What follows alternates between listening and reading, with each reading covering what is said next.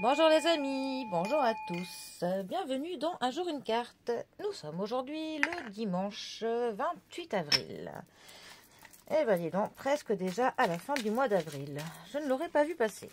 D'ailleurs c'est le printemps aussi, on se demande où c'est qu'il est passé, si vous voulez mon avis. Bon alors, j'ai opté pour le tarot éveiller son intuition pour ce dimanche. Alors, qu'est-ce que notre intuition, notre petite voix a à nous dire pour aujourd'hui? Voyons voir. Nous avons le 4 d'épée qui est accompagné du 10 de coupe. Alors, la famille des épées. Ça va nous parler de logique, de l'intelligence.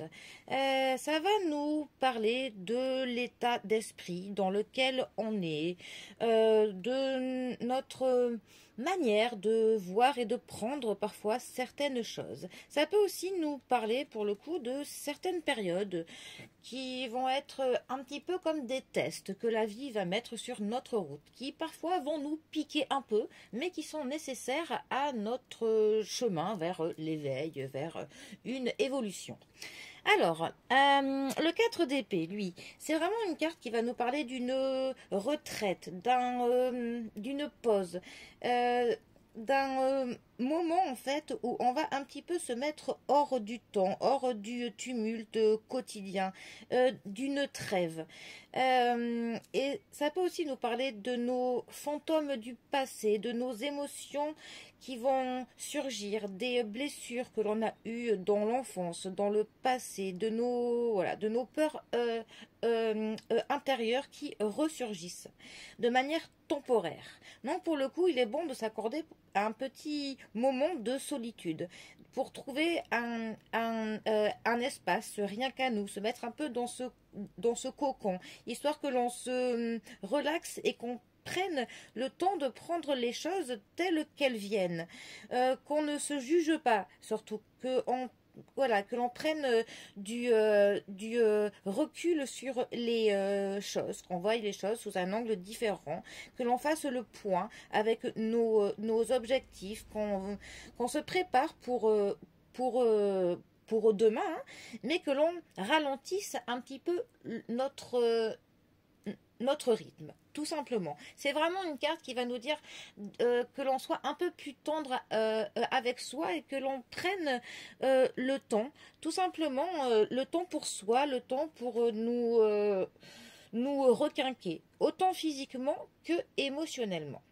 Alors, ensuite, nous avons le 10 de coupe. Alors, la famille des coupes, ça va nous parler de nos échanges sociaux, de nos discussions, de nos vies sentimentales, familiales, de l'émotionnel, de nos peines de cœur, de nos joies, de tout ce qui vraiment va nous toucher en plein cœur.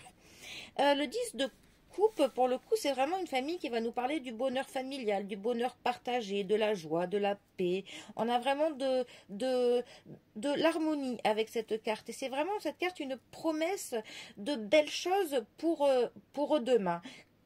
Et c'est aussi une carte qui est une carte, on peut dire,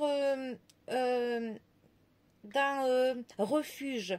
Une carte qui va vraiment nous parler de notre satisfaction au niveau de nos émotions. Une carte qui va rétablir pour le coup certaines choses. C'est une carte qui va nous annoncer que le jour se fait dans notre tête, qu'on va enfin pouvoir voir clair, qu'il va clairement y avoir la complétitude ou la complétion d'un cycle, enfin quelque chose qui est complet. Voilà, on va pour le coup atteindre quelque chose à son paroxysme, quelque chose que l'on aura rempli. On aura bientôt cette sensation d'avoir coché toutes les cases. Un petit peu quand on se fait plusieurs listes, plein de listes. Je connais même des gens qui font des listes de listes, hein, c'est pour dire. Mais on a vraiment cette satisfaction quand on coche quelque chose qu'on a fait sur notre liste. Et bien cette carte, c'est un peu la promesse de bientôt pouvoir cocher toutes les cases. Voilà. Alors, ces deux cartes ensemble, que veulent-elles nous dire? Eh bien, justement, ça peut nous dire que pour atteindre vraiment cette harmonie, cette paix, ce bonheur sentimental, ce bonheur familial, cette complétude peut-être professionnelle, ce sentiment vraiment de ne faire qu'un avec notre monde, eh bien, pour atteindre ce stade très enviable et très apaisant, il va falloir qu'avant on prenne une petite trêve, que l'on prenne une pause pour pouvoir un petit peu faire un certain point avec nos sentiments, nos émotions, et que pour le coup on se prépare du mieux possible pour ce moment qui approche où vraiment tout sera bien. Mais pour que ce moment soit là et que l'on puisse vraiment en profiter, il faut avant que l'on fasse le point, que l'on ose prendre une pause pour nous, pour que l'on se relaxe, que l'on ait le temps d'intégrer certaines choses, certaines situations, peut-être certaines choses que l'on nous a dit, que l'on a appris. Mais on a besoin de cette retraite temporaire pour se préparer en fait à un futur bonheur. Voilà. Et en fait, il faut que l'on soit dans la meilleure, comment dire, que l'on soit vraiment dans, comment dire, dans une symbiose avec nous-mêmes au niveau de l'intérieur pour pouvoir après être en symbiose avec notre extérieur, tout simplement. En fait, autant que l'on se prépare parfois avant de faire le grand plongeon pour des choses qui nous font flipper, il faut aussi se préparer pour accueillir des émotions très positives. C'est pareil, il faut que l'on soit prêt à accueillir le bonheur dans notre vie. Mais avant, pour ça, on a besoin de faire un petit point avec nous-mêmes, loin de tout ce brouhaha et de ce tumulte qui parfois nous empêche de nous entendre penser, tout simplement. Bon.